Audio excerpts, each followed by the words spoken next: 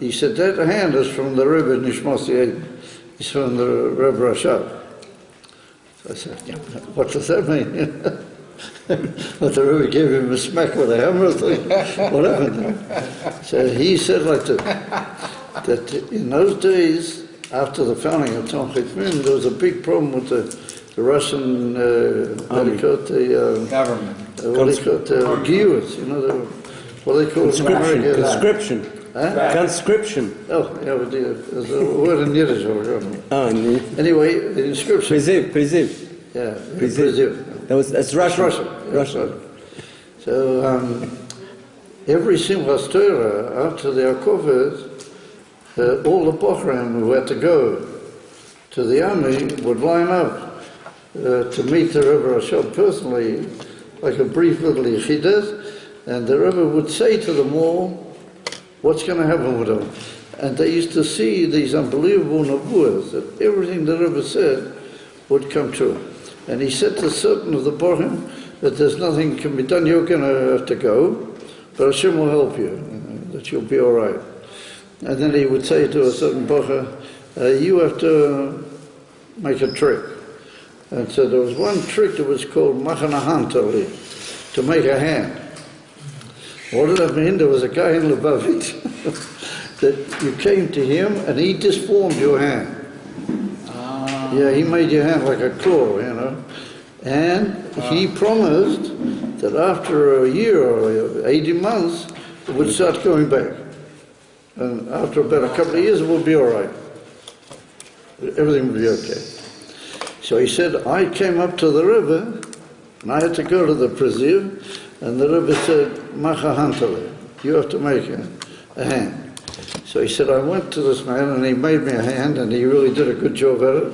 And he said, I cut off. He said, oh, well, what could I do? He said, he wasn't successful with me. He said, by me, it never grew back. I said, by me, it never grew back. And his hand was like I could see it. It was malformed, you know. So he said, by me, it never grew back. So at that moment, the Rebbetzin was bringing in some cake. So he looked at him and he said, oh, but to the shidduch, it didn't do any harm. That's what he said. He said, didn't do any harm about the shidduch. And then he laughed, you know. He laughed. And the Rebbetzin, she smiled, she nodded and would say, yeah, it didn't damage anything. So he told me a story. I said, you know, I'd like to hear a story if I could. You know, I love stories. So he told me a story, and I'm going to tell you that in this story is hidden the whole secret of what we've been saying. The Tomchim Tmimim produced people that they were into Elokus. And that's the inyan from Vayera Elov Hashem. And you know that the Rebbe Hashem cried to the Tzemach Tzedek, he said, why doesn't Hashem appear to me? Vayera Elov Hashem. And that was like a tremendous gift that the Rebbe Rashab gave to everybody, that if you only want and you're only prepared, then Hashem can appear to you. And he does, and he will. So, this is mind-boggling. But anyway, so this person, this Rav Glazman, he was a big London. He was one of the very much learners in MAR-HESHVAN. So one day, the Frierdiker Rebbe came into the Zal, and he came up to him and he said, my father wants to see you. I said, the Rebbe wants to see me, what about it?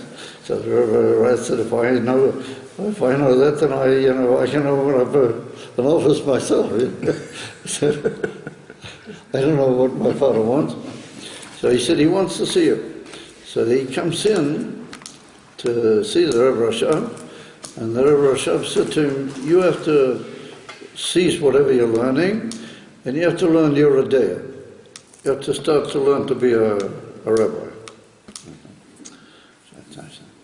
He says, yeah, it's right in the middle of the Gemara. So there was some, sorry, you have to learn Yeridea. So the next day he closes the Gemara, he opens up the Shulchan Aruch, and he finds a Chivrusa with somebody, and he starts learning Yeridea. And he does very well. And afterwards he gets a big test in Eurodea, and with the Torah. In those days, it wasn't like people just learned, quickly. In those days, they used to learn the Beis Yosef with the Torah, and with the Torah with the Beis Yosef, and then the Bach, and everything. They used to learn big time, and all the Shulchan Aruch. So he finishes all, and he gets it.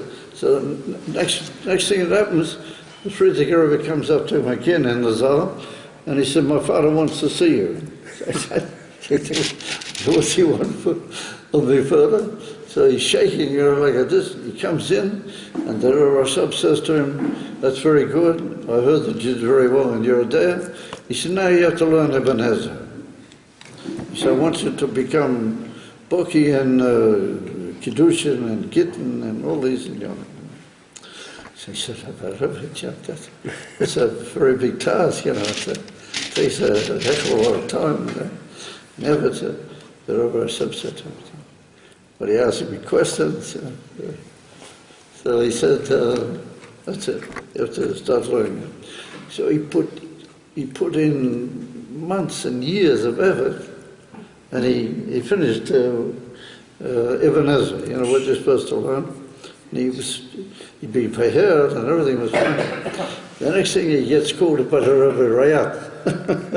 He calls him into his office, and he says, "Listen," he said, my father has been brought a question in Halacha about a lady her husband had disappeared, and she's what we call an aguna. And so there's different opinions whether we can give her permission to get married, because some people say that the husband's died, but we're not sure. And here, is we need to have some sort of a psak din in the whole thing, a chavad das in the whole thing. So he said, "My father said to me that he wants you to go through the whole shaila and find out all about it and give your opinion." He said, "Who am I? I'm nothing." He said, so the Rebbe Rayat said to him, he said, "By mein Taten fragt man nicht lieber." He said, "By my father, you don't ask second time,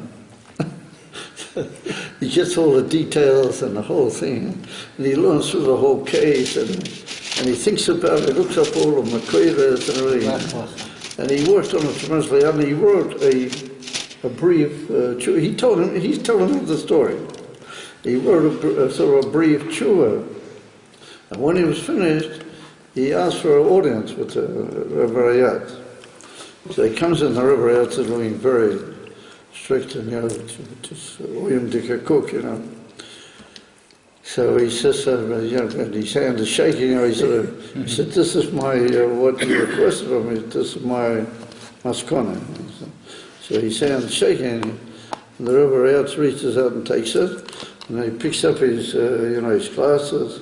He puts it very slowly, his glasses, and fits them on. Then he picks up the thing, starts reading. So he's sitting there, the Rebbe's reading the whole thing. And so he's he wishes that the floor could swallow him. The Rebbe Rayat is reading the tshuva. So he said the Rebbe Rayat read the whole thing through, and he finished, and he put it down. And then he looked at him, and there was on the table, there was a packet of cigarettes. There was a packet of cigarettes. So the Rebbe Rayat picked up the packet of cigarettes, and he pulled out a cigarette like that, and he went like that to him. He offered him a cigarette. So he didn't know what to do. First of all, he didn't smoke. Secondly is he didn't know if he was supposed to take it or not. So the Rabbi held it for a minute, and then he saw he was in no problem, so he went like that, Yeah. Honest, like that. So then he realized that he had to take it. So he took it, and he slipped it into his pocket. So the Rebbe says, "Was you to write it's nicht? You don't smoke." And he said, "No, but he will definitely keep the cigarette." So a slight sort of, smile went through the Rebbe's eyes, sort of. And he said, "Okay, you can leave. Thank you." It goes through a couple of days, and he gets a call from the Rabbi Shah. Let's go into the Rabbi Shah. He comes out and his mom is shaking. And the Rabbi Shah said, listen, he said, there's become in a small city in Gruzinia, Georgia. there's become a small city where the robbers left. And he said, I really want the Rav Haba over there should be one of our Yingolai. So he looked at him and he said, you got the job. He said, you're the one? He said, I'm sending you over there to whatever the name of the town was. So he said, so these eyes jump out on stalks. And all of a sudden he said to the Rabbi, he said, Rabbi, ich hab Moira. Now listen carefully. He said, I'm frightened. Now, he didn't mean he's frightened of the goyim over there or whatever. What he meant is he's frightened to take the achrayas. Responsibility. He didn't want to take the achrayas of having the pascha and, take on himself shchita. If you're a rov of a town, you got all sorts of, responsibilities in halacha. So he said, Rabbi Chov Moira. So all of a sudden the Rabbi Hashab smiled. And he said, when the Rabbi Hashab smiled, it was like the sun came out, It was so, all of a sudden the Rabbi smiled, a big smile, and looked at him. And he said, so who should I send? Somebody who doesn't have Moira. Somebody who's not afraid. And then he sort of looked him in the eye, And he caught him with his holy eyes. And he said to him in Yiddish, Vemen soll ich denn jo schicken? Einer, was hat nicht kann Moira. And then he sort of put his eyes in he said, so then he just put his hands on the table and he said, Rabbi, when do I go? Translate what he said into English. He did. He said it in Yiddish. No, he said it in English. He translated. No, he said, I'm going to send somebody who doesn't have. Should I then send somebody? He repeated it. In Yiddish. So that's the whole thing. He got a person that he was sitting in the base of metric. He was a Geonische person. He had big future, And he was also an Oivet. I heard from other people he used to daven a lot. But he's a big person. And what do? You say, no, you got to go, back up. You're going out to, ich weiß what the name of the place was in Gruzinia. That was Georgia. It's not an easy place to go. And he wasn't afraid about that. He was afraid about the responsibility. So the Rabbi Shab said he only says people who are afraid. That's Kazdin. Somebody who's not afraid, he wouldn't send. Kazdin. So it's Chaldees. Huh? It's like Kazdin where we was sending him. We're Kazdin. Yeah. So, for us, Rafi said, here we have people that have been inside Gan Eden earlier. I once heard from a Polish Admor in Bnei Brak that he was, when he was in Warsaw, and the Friedrich Rebbe was in Warsaw for a while, and he had a Tomchei Tmim, he had Bochum that came up, and they learned the Seder of Tomchei Tmim. He once went into the yeshiva quite a few nights, and he sat while they learned Chassidus. He wanted to see what was this Chassidus stuff about. And he said to me, he can never forget the feeling in the soul, the way the Bochum learned Chassidus. He took me to a Polish Admor. That's what he said to him. He said he could never forget, and he said if somebody would ask him, he would say that probably Gan Eden is like that. That's what he said to me. I never said a word to him. That's what he said to me. So he got guys that they were in Gan Eden. They were in Gan Eden, and they lived like they were in Gan Eden. They didn't run around, looking for a comfortable armchair, or posh table or something. They were. And you should realize that the majority of the first Talmidim in Talmud used to sleep on the floor. There was no money for beds. They always used to sleep on the floor. On a small mattress or something, come over on the floor. So here he is. Next thing is the Rebbe says to him, out in the Chayes, and you have to go to it. So. Are you frightened? So the Rebbe said, Dafki, because of that. And I listened to how he told me, and it made such an impression on me. Here I am sitting, I just arrived in Eretz. I've only been a few days. I'm in Kwachabad, and I'm sitting at the table, and I'm hearing the story. It had a very profound effect on me. I was just completely taken by it. So we see it's not such a simple inyan. This whole inyan of Tochet Mem, and eventually you had to realize that you were a chayal, and you got to go out and Soldier. and you got to take up your post. And they all knew that. People used to sit for hours. I heard that the so-called Oivdim on Shabbos afternoon, they would barely eat any sort of Shabbos bikla. Because by the time they were finished doing, the kitchen was closed. And when I first came to Eretz Yisrael in Lud, in Yeshiva, there were also a few bochum, a zocha, that used to daven almost the whole afternoon.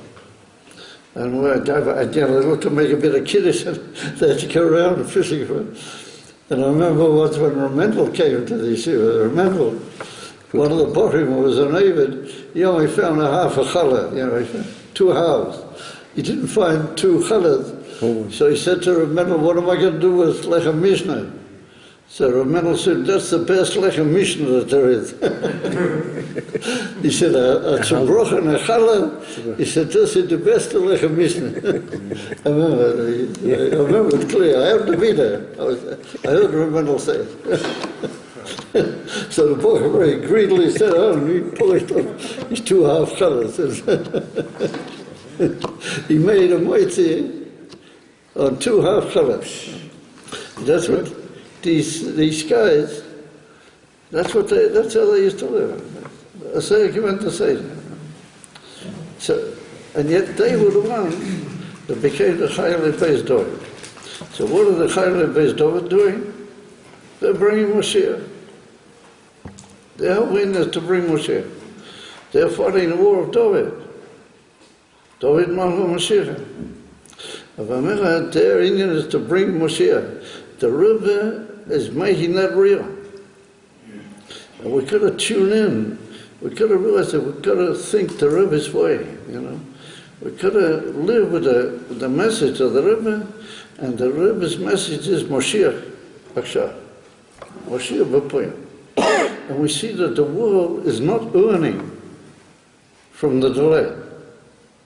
I don't see that the world is earning from the delay. Who am I? I don't see if the grace of the Rebbe, the Moshiach hasn't come yet. And the Rebbe, I sat there once when the Rebbe put up his hands like this. The Rebbe said, Ad Mosai, 3 times. It was just, that was when I began becoming a Mishchet. It took me quite a bit of a while, maybe, but that's when I became Mishchet. I never seen it just like that. Mosai. So that is the embodiment of the Rebbe Rashab's effort. That's the only embodiment of the whole amazing saga of Tochet Mem. And that's the whole meaning of Tochet Mem to this day. And therefore the yeshiva here in Tzfas has a correct point, that they encourage the Bochum to think in terms of Moshiach. Because that's the Einan. That's the whole Einan. And without Moshiach, we're just messing around. We're just, there's an expression in Yiddish, in Hebrew, "Anachnu dorchim al mayim," we're how do you call it? Treading water. Yeah, we're treading on water. Treading water. Well, Hashem Shalom, all these unbelievable people, many of them went on Kiddush Hashem. The Reb Chaim Morozov, he went on Kiddush Hashem. There were many of them. And Reb Yeshua Dwar, and all these people, they all went on Kiddush Hashem. And so it's forbidden that all the efforts that they put in. I thought, I looked in our Sefer the other night, where they bring a bit of tales of the Hasidim, some of the And then I found out that Reb Nochem Goldschmidt, one of my real close rabbis in Chassidus, his wife, she was a daughter of this Herschel Guaria. And he was put to death by the Nazis on all of his family, and she was the only one that was left. And the Guarias are very miyuchas, because they are also miyuchas from Radin, that's a Chassidus, a Polish Chassidim, the Radina, you know, the one who wrote about the Tchelet. The one the blue. So she was from that family.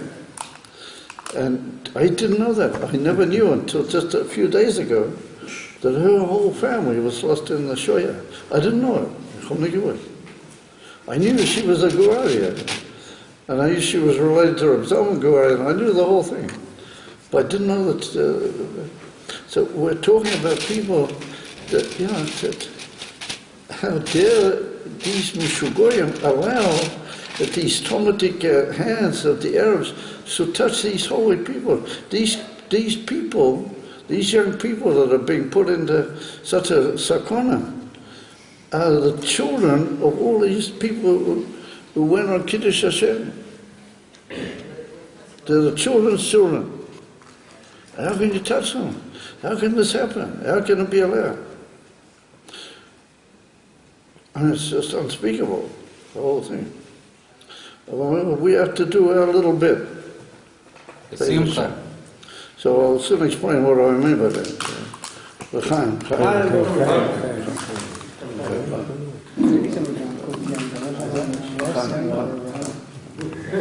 Water. Yeah. Right.